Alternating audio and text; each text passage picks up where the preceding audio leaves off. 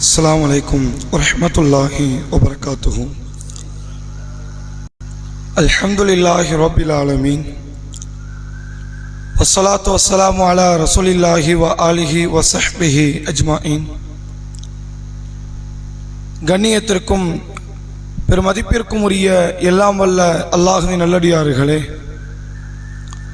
அல்லாஹுடைய பேரருளால் சுபுகுடைய தொழுகையை ஜமாத்தோடு நிறைவேற்றிவிட்டு அல்லாஹுடைய ஆலயத்தில் அவனது மார்க்க செய்திகளை அறிந்து கொள்ள வேண்டும் என்கிற உயர்ந்த சிந்தனையில் நாம் அனைவரும் இந்த சபையிலே ஒன்று திரண்டு இருக்கிறோம். இந்த நல்ல தருணத்தில் அல்லாஹுடைய தூதர் நபிகள் நாயகம் ஸல்லல்லாஹு அலைஹி வஸல்லம் என்ற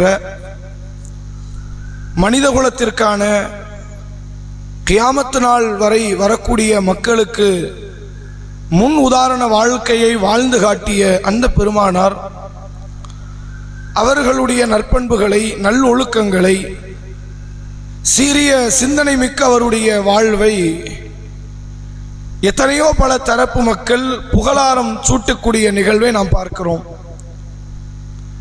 மனிதர்கள் புகழ்வதை தாண்டி இறைவனே குர்ஆனில் சொல்லுகிறான், இன்னக்கல் அலா ஹுலுகின் அலீம், நபியே நீங்கள் மகத்தான நற்குணத்தை உடையவர் என்று அல்லாஹ் சொல்லுகிறான். இப்படி இறைவனாலும் இன்ன பிற படைப்புகளான மனிதர்களாலும் புகழப்படக்கூடிய இந்த அல்லாஹுடைய தூதர் வெறும் ஒரு சில செயல்பாடுகளை மட்டும் கொண்டு புகழப்பட்ட ஒரு நபர் அல்ல. இன்றைக்கு நாம் எத்தனையோ பல நபர்களை புகழ்ந்து கொண்டிருப்போம். இவர் தர்ம சிந்தனை உடையவர், இவர் வழிபாட்டின் மீது ஆர்வம் உடையவர், இவர் உறவுகளை பேணக்கூடியவர், இவர் இரக்கமுடையவர் என்று ஒரு சிலருடைய நல்ல பண்புகள் பல மக்கள் மத்தியில் அவரை போற்றக்கூடிய வகையில் வைத்துவிடும். ஆனால் நாம் எல்லா விஷயத்திலும் அவரை உன்னிப்பாக கவனித்து அவரை புகழ்கிறோமா என்று கேட்டால் கிடையாது. அப்படி உன்னிப்பாக அவருடைய செயல்பாடுகளை கவனிச்சா யாரையுமே நம்ம புகழவும் மாட்டோம். எந்த மனிதரை எடுத்துக்கொண்டாலும் அவருடைய ஒவ்வொரு சின்ன சின்ன நகர்வுகளையும் நாம் சிந்தித்து கவனித்து அதை ஆழமாக நாம் யோசிக்க ஆரம்பித்தால் யாருமே அந்த புகழுக்கு தகுதி உடையவர்களாக இருக்க மாட்டார்கள். ஏதோ ஒன்று இரண்டு செயல்கள் நம்முடைய பார்வைக்கு படும், அது நல்ல செயல்களாக அமைந்த காரணத்தினால் தான் பலரை நாம் புகழ்கிற இடத்தில் நாம் வைத்திருக்கிறோம். நபியும் அப்படி ஒரு இடத்தில் தான் இருக்கிறாங்களா என்று கேட்டால் உண்மையில் அப்படி ஒரு இடத்தில் நபி அவர்கள் கிடையாது. ரசூலுல் ஸல்லல்லாஹு அலைஹி வஸல்லம் அவர்கள் எதிரிகளாலும் தங்கள் தோழர்களாலும் கண்காணிக்கப்பட்ட அளவுக்கு உலகத்தில் எந்த நபருமே அப்படி ஒரு கண்காணிப்புக்கு ஆளாக்கப்படலை. ரசூலுல்லாஹ் ஏதோ செயல்பாடுகள் எதிரால் பண்ணிக்கிட்டு இருப்பாங்க, சஹாபாக்கள் நபியெல்லாம் பார்க்கவே மாட்டாங்க, அப்படி கிடையாது. நபி உன்னிப்பாக கவனிக்கப்பட்ட அளவுக்கு உலகத்தில் யாரும் அப்படி கவனிக்கப்படலை. ஒரு மனிதர் மரணிக்கும் போது எத்தனை நிறமுடி ஒரு தலையில் இருந்துச்சுன்னு யாராவது யோசிச்சிருப்போமா? நபி யோசிச்சு பார்ப்பாங்க.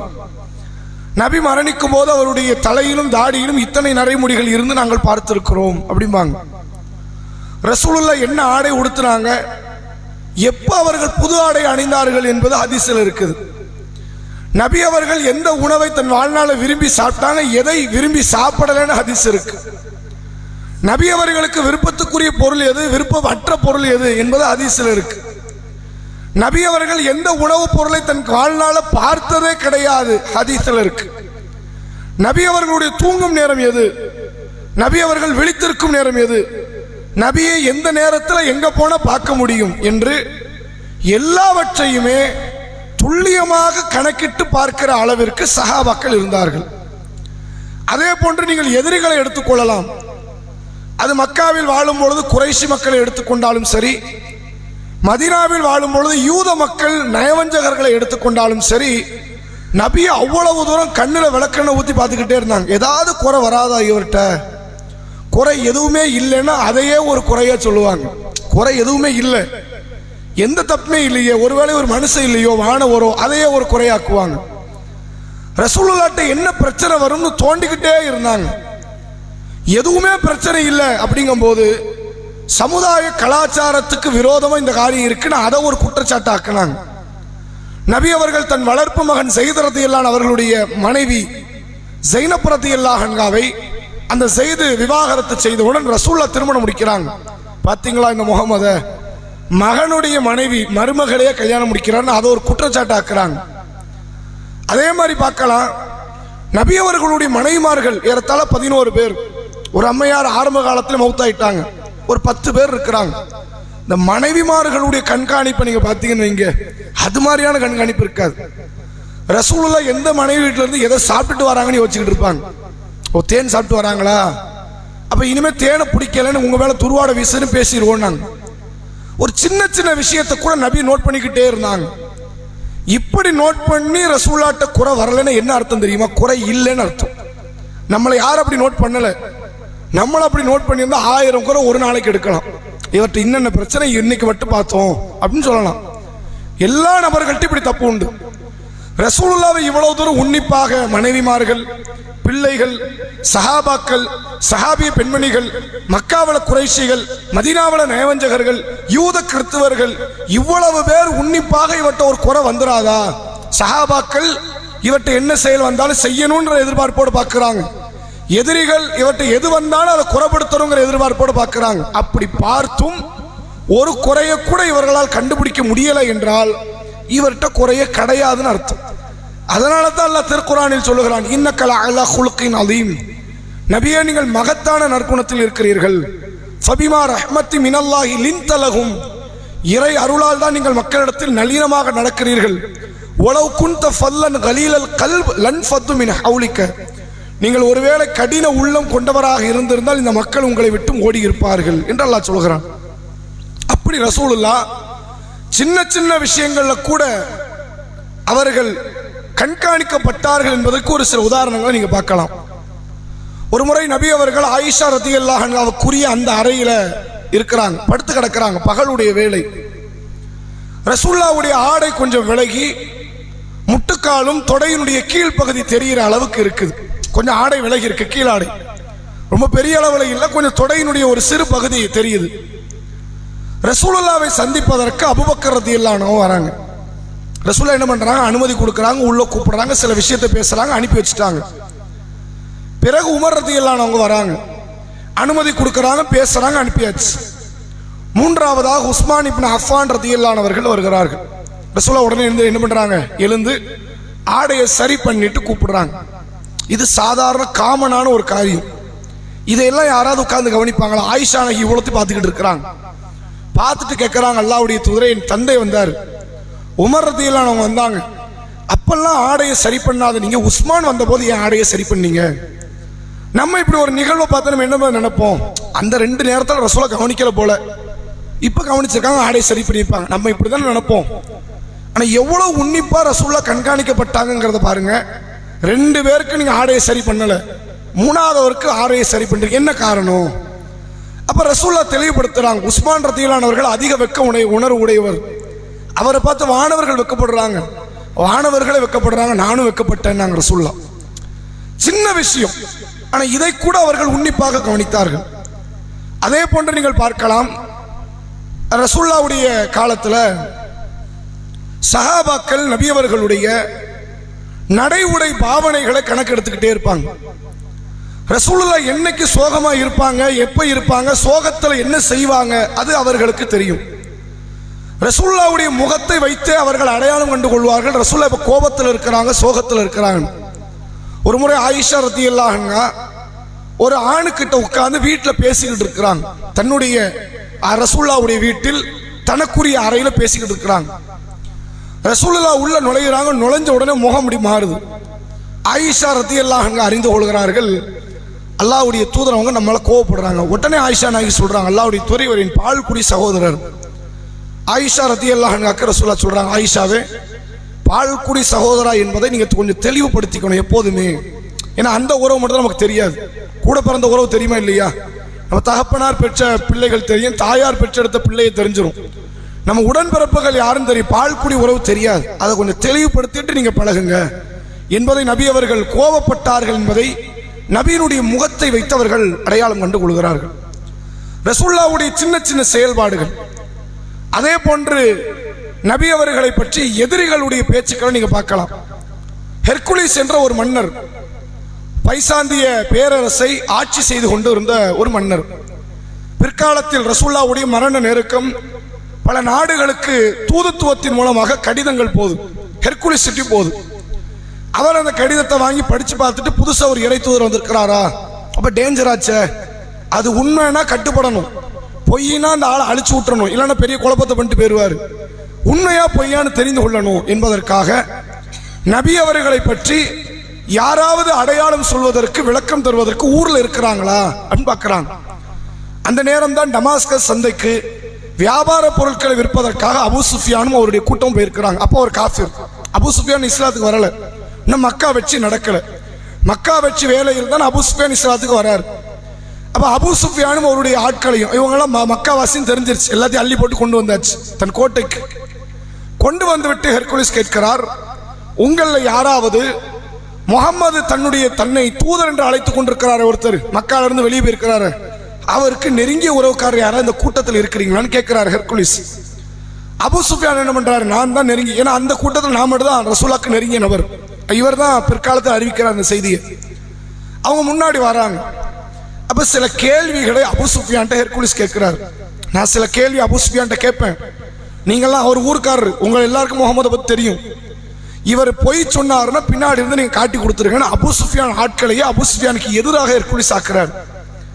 இப்ப என்ன பயப்படுறாருன்னா அபூ சுஃபியான், நம்ம என்னத்தையாவது தப்பு தவறோ நாளை சொல்லலாம், பின்னாடி இருக்கிற ஆட்கள் நமக்கு எதிராக போட்டு கொடுத்தாலும் போட்டு கொடுத்துருவாங்க, நம்ம உண்மையை மட்டும் சொல்லிடுறோம், உண்மையை பேச ஆரம்பிக்கிறார்.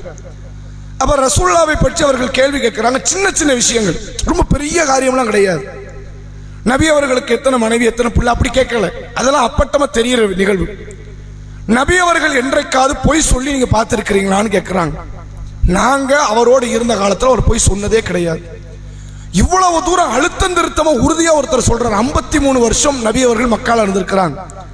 அபூ சுஃபியான் நபி அவர்களுக்கு ஏறத்தாழ சிறிய தந்தை முறை வரும். 53 வருஷமா முகமது நாங்க பார்த்திருக்கிறோம், எங்க முன்னாடி எங்களுடைய வாழ்க்கையில மக்கால வாழும் பொழுது ஒரு பொய் சொல்லி நாங்க பார்த்தது கிடையாதுங்கிறாங்க. சொல்றது யாரு? ரசூலுல்லாஹ்வுடைய தோழர் கிடையாது, எதிரி. ரசூலுல்லாஹ்வை டைம் கிடைச்சா கொல்லணுங்கிறதுக்கு திட்டமிட்ட அத்தனை கயமத்தனத்துக்கு மூல காரணம் இந்த அபூ சுஃபியான். பத்ர் காலத்துக்கு களம் இவரால் தான் வந்துச்சு, உஹது காலத்துக்கு தளபதி வருதான், கந்தக் யுத்தத்தை தலைமையேற்றது வருதான். 3 பெரிய யுத்த காலத்துக்கு யார் தான் முக்கிய ஆளு? இந்த அபூ சுஃபியான். வாய்ப்பு கிடைச்சா கதையை முடிச்சிடலான்ட்டு எதிர்பார்த்துக்கிட்டு இருக்கிற அளவுக்கு பரம எதிரி அபூ சுஃபியான். இந்த அபூ சுஃபியான் சொல்றார், நாங்க பார்த்த வரைக்கும் இந்த முகமது பொய் சொன்னது கிடையாது. இவர் எது மேலே அதை ஆசைப்பட்டு அதை வஞ்சகம் வச்சு அதை பறித்தெடுக்கிற நிலையில அப்படியான தீய பண்புகள் ஆட்சியை எடுக்க வேண்டும், அது மாதிரியான எதிர்பார்ப்பு இருந்துச்சா? இல்ல, கிடையாது.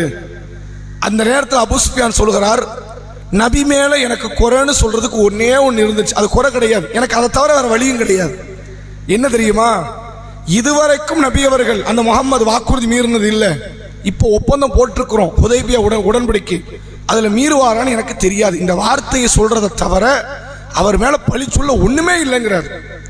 நான் சொல்ல போனா ரசூலுல்லாஹ் ஒரு தீமை செய்தார் என்று அபூஜகல்கிட்ட சொன்னா அவங்க கூட நம்ப மாட்டோம்.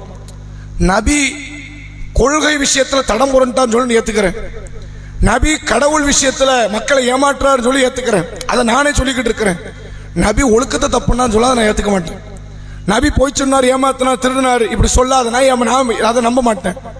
அந்த அளவிற்கு நபி அவர்களுடைய செயல்பாடுகள் மக்களால் கண்காணிக்கப்பட்டது. சஃபா மலையின் மீது ஏறி நிற்கிறார்கள், மக்களை எல்லாம் அழைக்கிறார்கள், யா அப்துல் ஷம்ஸ், யா பனு லுஐ, யா அப்துல் மனாஃப், யா அப்துல் ஹாஷிம் என்று நபி அவர்கள் ஒவ்வொரு கூட்டத்தவர்களையாக அழைத்து சொன்னார்கள், அன்கிது அன்ஃபுஸக்கும் மினன்னார், உங்களை நரக நெருப்பை விட்டு நீங்கள் பாதுகாத்துக் கொள்ளுங்கள் என்று சொல்றாங்க. அதை சொல்றதுக்கு முன்னாடி ரசூலுல்லாஹ் சொன்ன வார்த்தை என்ன தெரியுமா? இந்த மலைக்கு பின்னால் ஒரு குதிரைப்படை உங்களை தாக்குவதற்கு தயாராக இருக்கிறது என்று நான் சொன்னால் அங்க போய் பார்க்காம நம்புவியா அப்படின்னு கேட்கிறாங்க. அந்த நேரம் போர்க்கால சூழ்நிலை கிடையாது, மக்காவை எதிர்க்க வேண்டிய அவசியம் கிடையாது, மக்காவாசிகள் யாருக்கு பகைவர்கள் கிடையாது. நல்ல ஒரு அர்த்தத்தை புரிஞ்சுக்கங்க, மக்காவாசிகள் யாருக்கு பகைவர்கள் கிடையாது, அவங்க எல்லாரும் கூடயுமே சகஜமாக வாழக்கூடிய இடத்துல. ஏன்னா அவங்க வியாபார ஸ்தலத்தில் இருக்கிறாங்க. இவன் வெறுத்தா இவன் மேல 4 பேர் பகைமை ஏற்படுத்தினா அப்படின்னா அந்த இடத்துல இவனுக்கு வியாபாரம் நடக்காது. ஆபிரகாம்ங்கிற ஒருத்த வந்து காபா வெடிக்க வந்தான், அவனுக்கு கோபம் மக்காவாசி மேல கிடையாது, மக்கா மேல கிடையாது, காபா மேலதான் கோபம். மக்காவாசிகள் எல்லோரோடும் நல்ல நட்புறவோடு இருந்தாங்க. அதனால தான் ஜாஃபர் ரலியல்லாஹு அன்ஹு அபிசீனியாவுக்கு போகும்போது அங்கே ஆள் அனுப்பி கூட்டு வர இவங்களால் முடிஞ்சது. மதீனாவில் உள்ள நயவஞ்சகர்களோடு யூதர்களோடு இவங்களுக்கு ஒப்பந்தம் ஏற்படுத்த முடிஞ்சது. இப்போ யமாமா தேசத்தில் அங்கிருந்த சிற்றரசர்களோடு இவங்களால ஒப்பந்தம் பண்ண முடிஞ்சது. இவங்க எல்லாரோடும் நல்ல நட்புறவுல இருந்தாங்க. எங்களை ஏன் தாக்க வர போறாங்க, அதெல்லாம் நாங்கள் நம்ப மாட்டோம் சொல்லி இருக்கலாம். நீங்க சொன்னா நம்புவோம். நாங்கள் எங்களை தாக்க வர வாய்ப்பே கிடையாது. இப்ப யுத்த கால சூழ்நிலை கிடையாது. நாங்க என்ன தப்புனா எங்களை அடிக்க ஒருத்தன் வந்திருக்கிற கிடையாது இல்ல. ஆனா நீங்க சொன்னா நாங்கள் நம்புவோம். ஏன் ஒரு நாள் ஒரு பொழுது நீங்க போய் சொல்லி நாங்க பார்த்தது இல்லைங்கிறாங்க. இவ்வளவு தூரம் எதிரிகளாலும் மனைவிமார்களாலும் இன்ன பிற சகாக்களாலும் சஹாபிய பெண்மணிகளாலும் மிக துல்லியமாக கண்காணிக்கப்பட்டு ரசூலுல்லாவினுடைய இறப்பு நேரம் தலையில் இருக்கிற நரைமுடி வரை கண்காணிக்கப்பட்டு ஒரு இறை தூதர் பாவமற்றவர்னு அந்த மக்கள் சொல்றாங்கன்னா அவங்க வேணுக்குன்னு சொல்லல, உண்மையத்தான் சொல்றாங்க. இந்த தூதர் உண்மையில் மகத்தான ஒரு மனிதர் தான் என்பதை அன்றைய காலத்தில் வாழ்ந்த மக்களால் நம்மால் அறிந்து கொள்ள முடிகிறது. ஒரு பொதுவான ஒரு தத்துவம் உண்டு. ரிஷி மூலத்தையும் நதி மூலத்தையும் ஆய்வு செய்யக்கூடாதும்பாங்க. இந்த ரிஷிம்பாங்கல்ல, அதாவது அவர்கள் கடவுள் அதிகாரமாக நினைக்கக்கூடிய குருமார்கள். இவங்க மூலத்தை ஆய்வு செய்யாத, நதி மூலத்தை ஆய்வு செய்யாத. உங்க பக்கத்தில் ஆறு ஓடுதா, நல்ல தண்ணியா இருக்குதான்னு தெரிஞ்சா குளிங்க. இது எங்க இருந்து வருதுன்னு உட்காந்து யோசிக்காதீங்க. உங்களால் குடிக்க முடியாது. ஓ இத்தனை இடத்த தாண்டி வருது, இங்க சாக்கடையெல்லாம் தாண்டி வருது, இதையெல்லாம் குளிக்க முடியுமா? நீ அந்த பழசை பார்க்காது. அதே மாதிரி ரிஷிகளுடைய மூலத்தையும் பார்க்காதீங்க. இப்போ ஒருத்தன் நல்லவனா இருக்கான்னு அதை மட்டும் பாரு. இவன் முன்னாடி எப்படி இருந்தா, என்ன கைமத்தனம் பண்ணான்னு தேடாதன்னு ஒரு பழமொழி தத்துவமே சொல்லுவாங்க. ரசூலுல்லாஹ்க்கு எப்படி, நீங்க ஆரம்பத்திலிருந்து நபியை பார்த்துட்டு நீங்க ஃபாலோ பண்ணா கூட நபி இடத்தில் ஒரு அழுக்கை, ஒரு கரையை, ஒரு தீமையை, ஒரு பாவத்தை உங்களால பார்க்க முடியாது. நீங்க காட்டுட்டீங்க, இஸ்லாத்தை விட்டு நீங்க தாராளம் வெளியே போகலாம். அப்படித்தான் அழைப்பை கொடுக்க சொல்றான்.